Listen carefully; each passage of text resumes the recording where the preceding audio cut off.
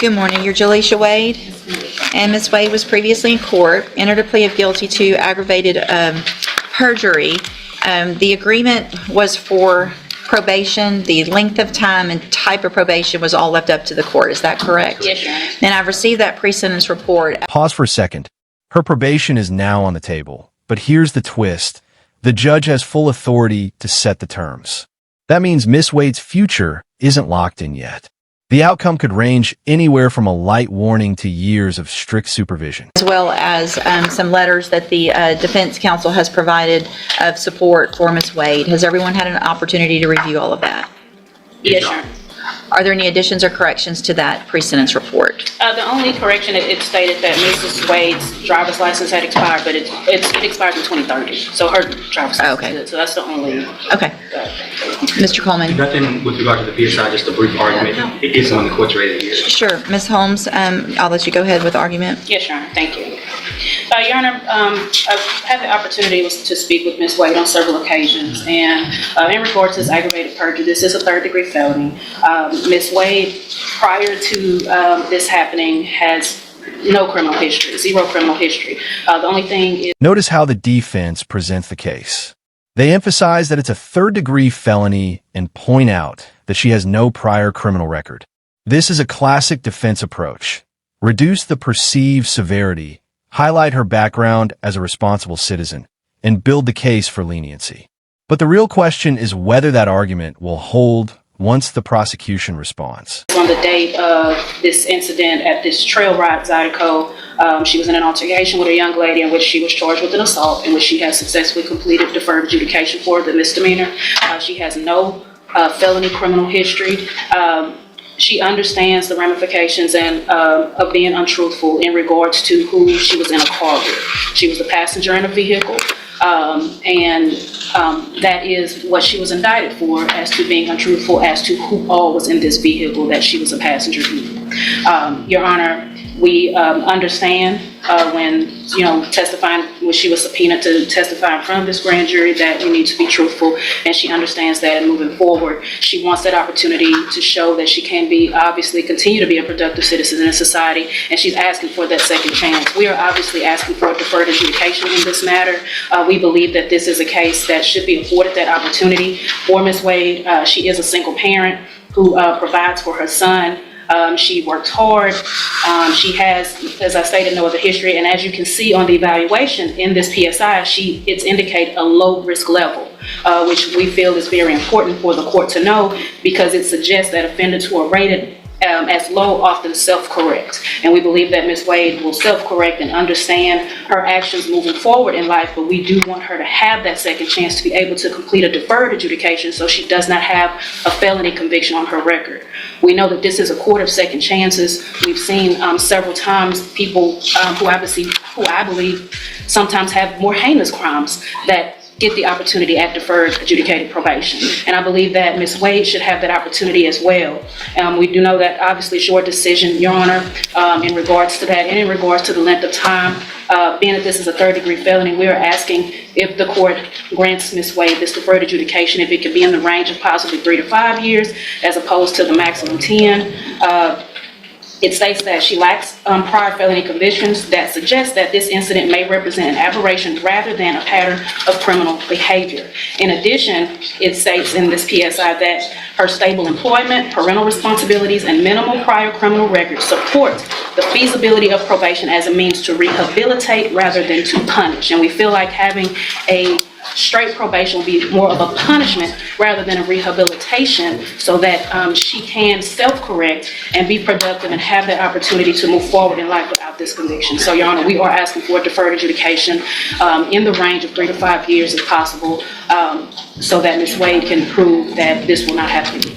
Thank you, Ms. Holmes. Mr. Coleman? Your Honor, Ms. Holmes characterized her lie to the grand jury as just simply a lie about being in who she was in the car with. She lied about being in the car with someone who law enforcement strongly suspects had just shot up an innocent man at a Zydeco trail ride rodeo arena. That's what she lied about, Judge. Then comes the major revelation. This wasn't simply a minor lie. According to the allegations, Wade may have protected someone connected to a murder. That changes everything. What initially sounded like a relatively minor felony suddenly carries the gravity of a case involving a lost life. At this point, the stakes rise dramatically. Law enforcement suspects and has good information that she was present when this innocent man was shot by this suspect who she lied about riding in the car with. Law enforcement has good reason to believe, and I believe as well, that she holds the key, has information that could bring that family of the defendant some justice, some closure, and help solve that unsolved murder and prosecute the person that's responsible for it, Judge. The nature and the gravity of this offense requires, Judge, it pains me to even have to offer probation, Judge, but there are certain realities that I have to deal with and that necessitate me making this offer of probation. That family has to live with the loss of their loved one and possibly that crime not being solved. And if they can live with that, Judge, this defendant can live with a felony conviction on her record for not, in my opinion, being completely truthful, providing all the information that she has. It is tantamount to obstruction or hindering a prosecution what this defendant has done and what she continues to do, Judge. She's fortunate that all I can do at this point is offer straight post-conviction probation and not tear up what you're doing. I am imploring the court, please, to put her on a straight probation, post-conviction probation, Judge, with as many conditions as the court sees fit.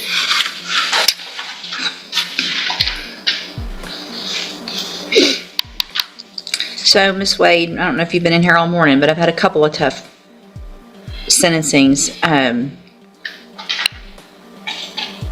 The information that you he's right. You know, you didn't do, we're not just talking about some crime, we're talking about a murder that you lied about. That still, and maybe never will be resolved. So I understand and agree with Mr. Coleman. The other side of that, other than that day, you've never been in trouble. And I don't know if there's a fear, if there's someone pressuring you, or those types of things, which I wouldn't be surprised of based on the people that we were dealing with regard to that murder charge.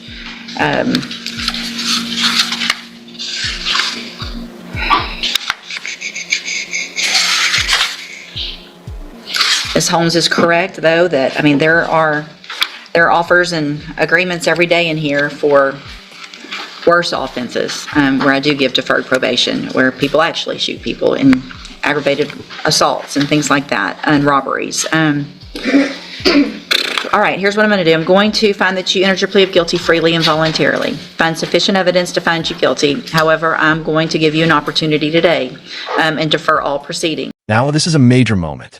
The judge grants deferred probation. In simple terms, that means if Wade successfully completes the probation period without violations, the felony can be removed from her record. It's a form of mercy, but it comes with a serious warning. One mistake could bring the full punishment back into play. And place you on probation.